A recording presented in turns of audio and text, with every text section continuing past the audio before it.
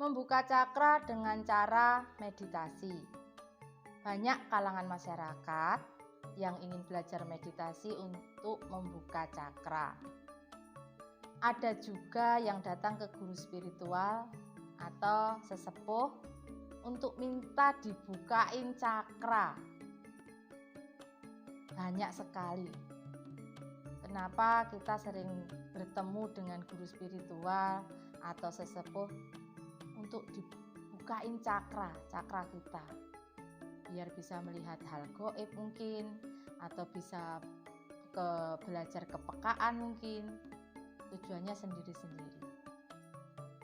Sebenarnya membuka cakra tidak harus berguru. Kita sendiri bisa melakukan dengan cara meditasi. Meditasi itu sendiri kita hanya cukup berdiam diri, menenangkan jiwa, memahami diri. Setelah kita paham dengan jati diri kita, cakra dengan sendirinya akan terbuka. Karena di saat kita diam diri, itu sirkulasi darah, aliran darah kita normal, cakra akan terbuka. Jika kita datang ke spiritual, guru spiritual atau sesepuh, pasti diarahkan untuk laku spiritual. Seperti puasa, ngebleng, pati geni, kungkum, seperti itu. Karena puasa itu bisa melatih kita untuk memperhawa nafsu, mengendalikan nafsu. Kungkum juga mengendalikan nafsu. Kenapa kalau kungkum harus leher ke bawah? Cakra tenggorokan ke bawah itu letak nafsu manusia. Cakra sesungguhnya terletak pada cakra asna dan cakra mahkota. Kita bisa membuka cakra dengan cara meditasi, diam diri. Sirkulasi darah akan berputar menurut ritme sendirinya. Kita akan bisa lebih sehat, kita akan memancarkan inner beauty atau kemurnian jiwa kita, kemurnian roh kita, dan cakra tersebut dengan sendirinya otomatis akan terbuka.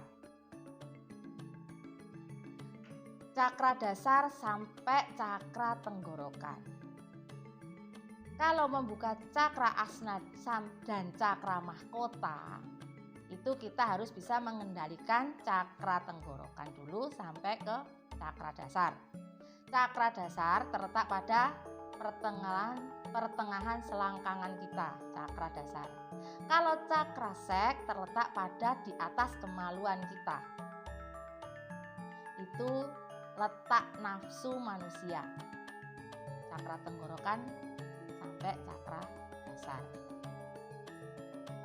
Jika kita sudah bisa mengendalikan cakra tenggorokan sampai cakra dasar, kita bisa memogramnya dengan memperhawa nafsu kita kendalikan, barulah cakra asna dan cakra mahkota kita terbuka. Kalau sudah cakra mahkota terbuka, kita program, kita sugesti diri kita untuk tujuan hidup kita yang lebih baik. Ciri-ciri cakra sudah terbuka, kita bisa legowo, kita bisa ngelenggono, kita bisa lebih mengontrol emosi kita, dan lebih sabar menata hidup untuk masa depan. Punya tujuan, hidup tertata. Itu ciri-ciri cakra kita sudah terbuka. Maka dari itu kalau kita datang ke sesepuh atau guru spiritual, dianjurkan untuk laku spiritual. Itu tebusan buat keilmuan menurut guru spiritual. Suruh puasa selama 3 hari 3 malam. Dimana kita rasanya lapar, rasanya haus, itu suruh sabar.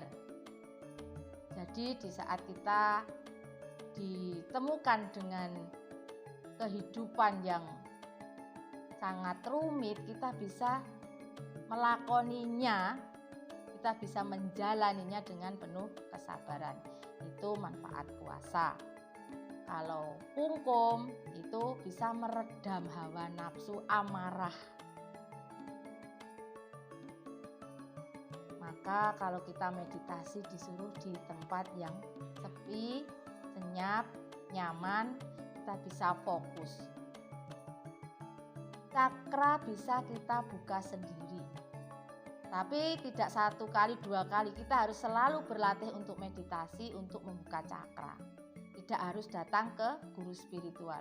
Karena guru spiritual sekarang pun juga masih seperti kita sebenarnya, manusia biasa yang mempunyai nafsu, yang mempunyai amarah. Kita bisa belajar sendiri untuk meditasi membuka cakra. Guru sejati kita bukan guru spiritual atau sesepuh. Guru sejati kita adalah pengalaman hidup kita.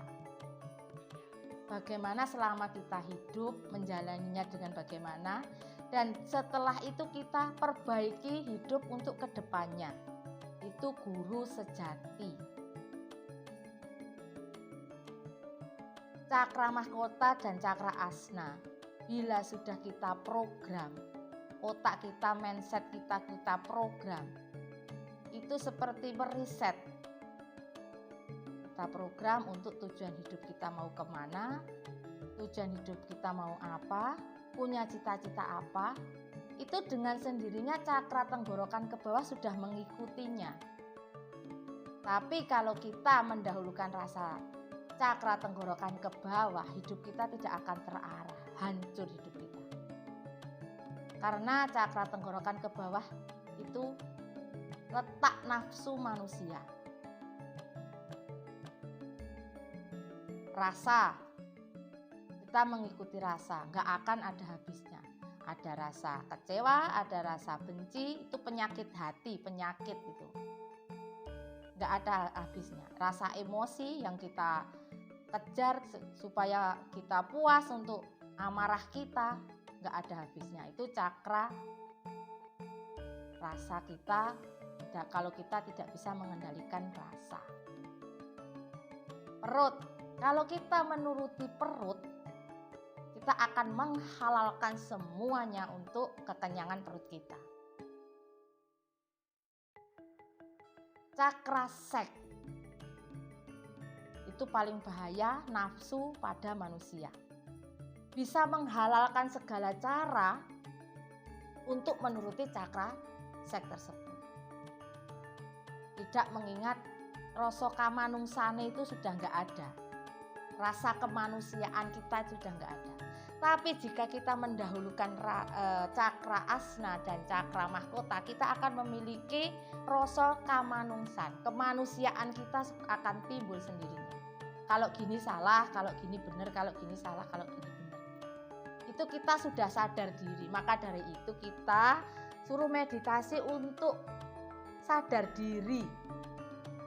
Siapakah saya sebenarnya? Sadar. Kalau kita sudah sadar diri, kita akan membawa diri kita ke arah yang benar, arah yang lebih baik, hidup yang tertata. Itu guna manfaat cakra. Cakra kita kalau gak aktif, itu sama saja kita gak punya rasa manusia tadi. Kemanusiaan kita sudah gak ada, kamanungsan kita sudah gak ada. Hewan aja punya kok rasa kehewanan, sesama hewan itu ada kok. Masa manusia gak ada? Ini nyakiti enggak ya? Ini benar enggak ya? Patut enggak ya? Masa nggak bisa mikir? Karena cakra asna dan cakra mahkota dia mati, belum peka. Tapi kalau cakra mahkota dan cakra asna dia sudah aktif, peka, nggak usah pakai aturan yang tertulis, dia akan menjadi manusia yang lebih baik untuk kehidupan selanjutnya. Jadi kembali ke tema, belajar membuka cakra melalui meditasi itu sangat lebih baik daripada kita berguru. Karena guru spiritual belum tentu mengarahkan kita ke arah yang benar. Bahkan ada juga guru spiritual itu yang menyesatkan kita. Kalau guru sejati dalam pengalaman hidup kita, kita akan lebih hati-hati dalam hidup selanjutnya. Seperti itu, kita harus meditasi meperhawa, kita harus mengolah rasa kita untuk menemukan pembukaan cakra. Cakra mahkota itu penting untuk kita buka supaya kita peka, memiliki rasa kemanusiaan. Bermeditasilah, belajarlah untuk membuka cakra. Kamu bisa, pasti bisa. Saya kira cukup sekian, semoga bermanfaat untuk sampean sedoyo, sampean semua. Salam rahayu, rahayu sakumito.